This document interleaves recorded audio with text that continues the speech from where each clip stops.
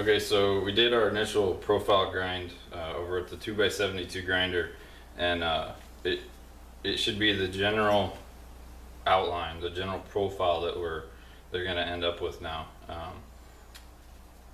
Now, if you've never done a handle like this, or you've only done a few and you're trying to improve on them, I would recommend you not go right down to your lines on the profile grinding, because it's inevitable when you start cutting in the contours, you're probably going to overshoot somewhere, and if you're right down to the nitty-gritty on your profile, you don't have any room for error.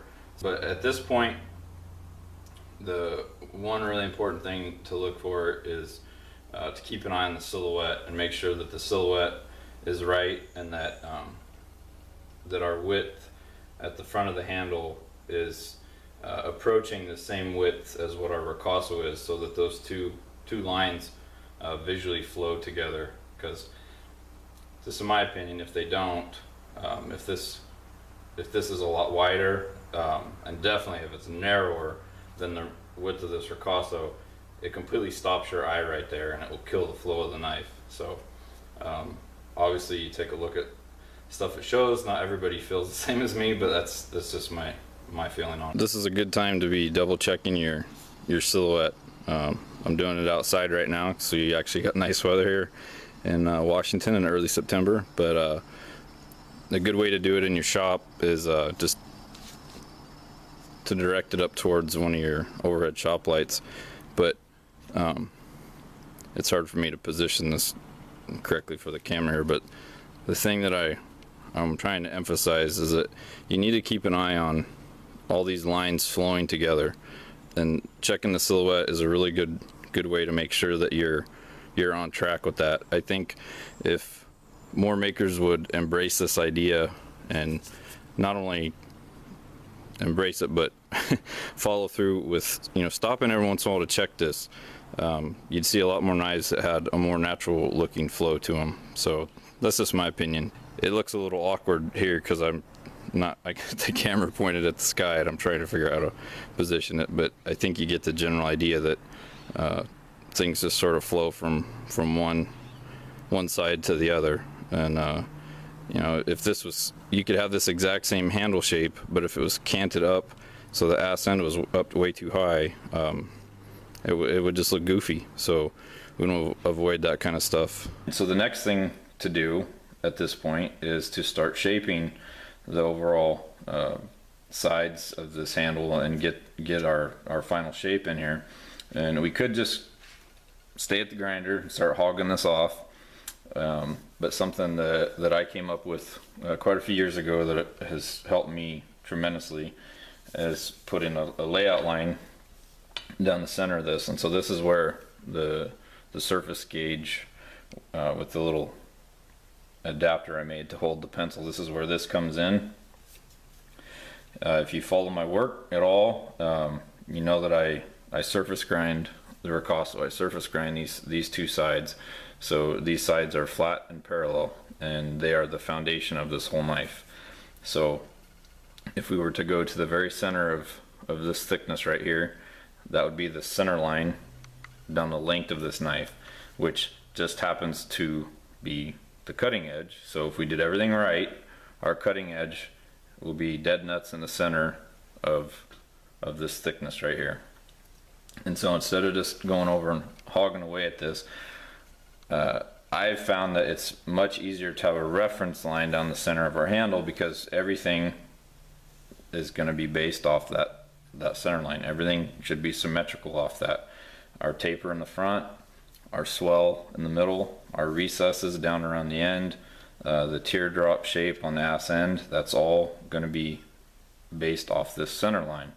And so what I like to do, as you can see, I tore off some of our protective paper on the blade and lay it down on this precision ground 123 block.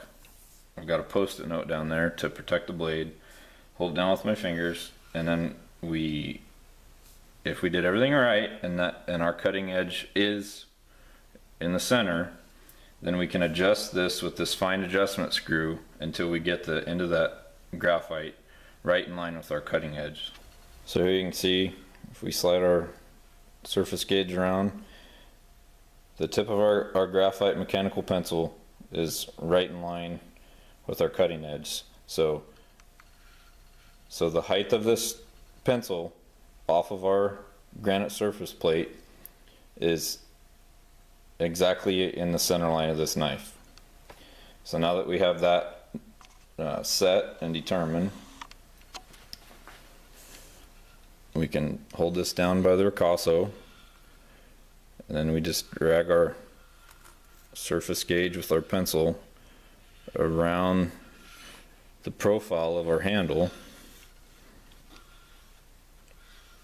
go all the way around it, and then just like that we have a nice center line down the length of our handle that we can work off of, because like I said, all the symmetry of this handle will be based off that line. And you certainly don't have to do this.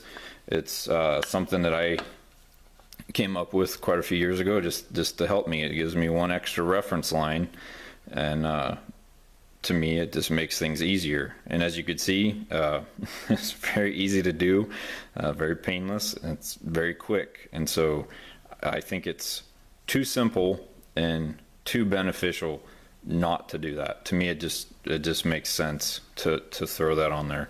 And you know, yes, it's a pencil line, so of course it's going to get ground off, filed off, sanded off, but we can come right back here, peel our protective paper back, lay it on the 1, 2, 3 block, and we can freshen up that line.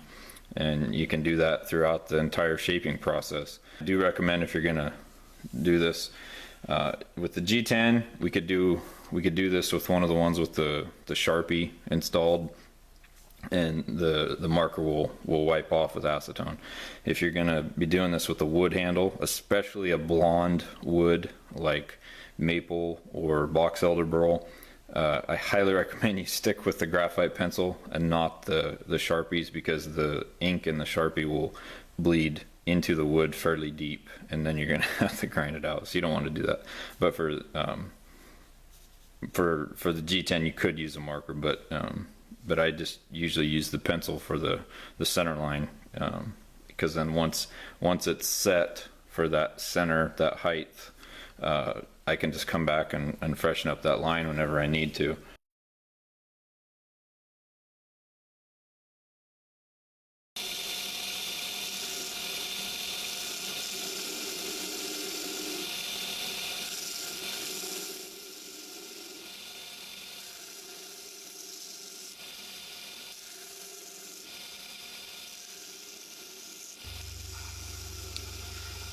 If you remember earlier in the process, after we had fit up the guard and then ground it to the rough profile, I included a taper in the sides of the guard.